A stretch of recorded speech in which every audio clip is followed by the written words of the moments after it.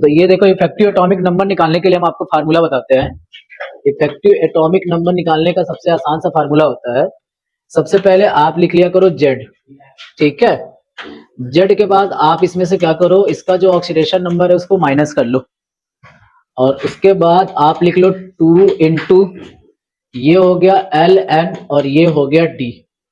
देखो ये जो जेड है इसका मतलब होता है एटॉमिक नंबर, एटॉमिक नंबर, और ये ऑक्सीडेशन नंबर हो गया।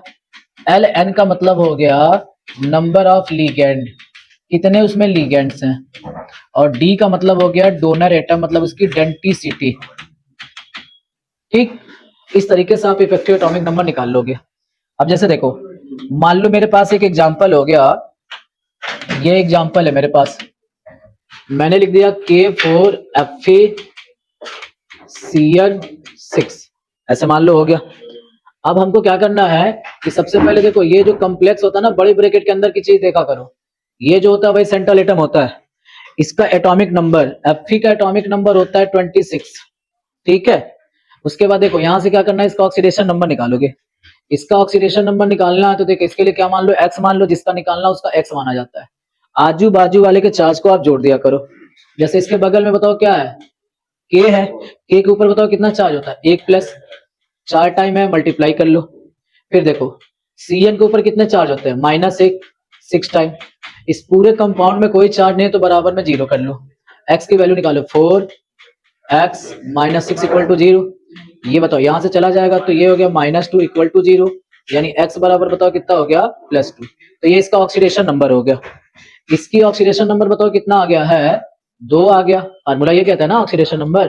फिर उसके बाद यहां से देखो +2, उसके बाद क्या कह रहा है, इसमें नंबर ऑफ लीगेंड कौन है, देखो ये लीगेंड होता है बड़े ब्रैकेट के अंदर, जो पहले होता है वो सेंट्रल एटम होता है, उसके बाद जितने भी चीजें आएंगे सब लीगेंड होगा।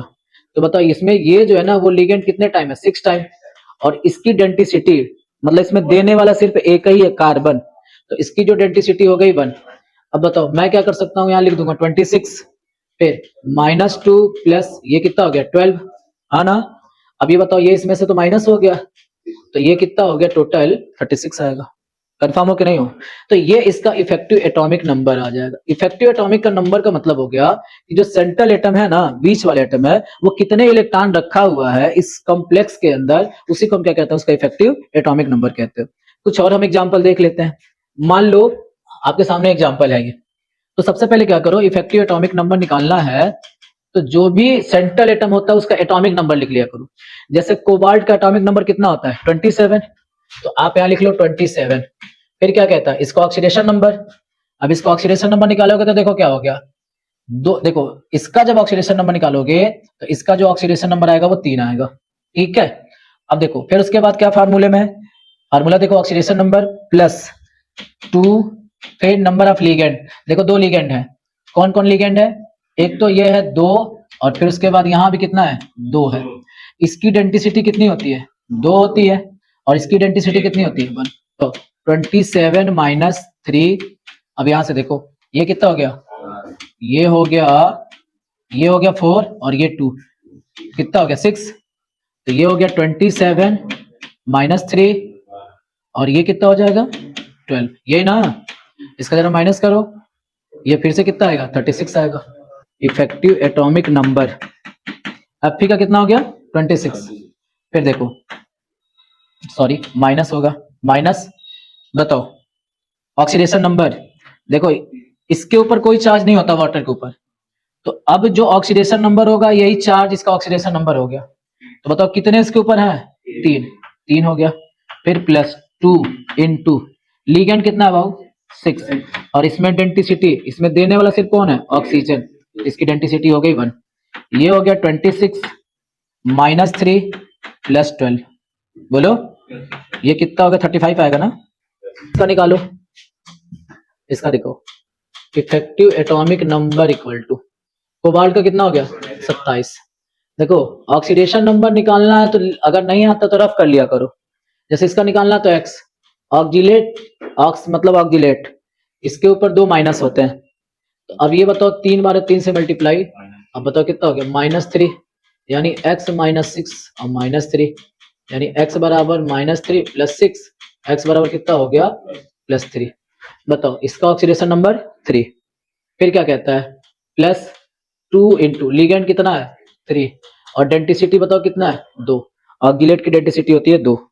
अब यहाँ से टोटल कैलकुलेट कर लो 27 3 प्लस ये बताओ कितना हो गया 3 दूना 6 दूना 12।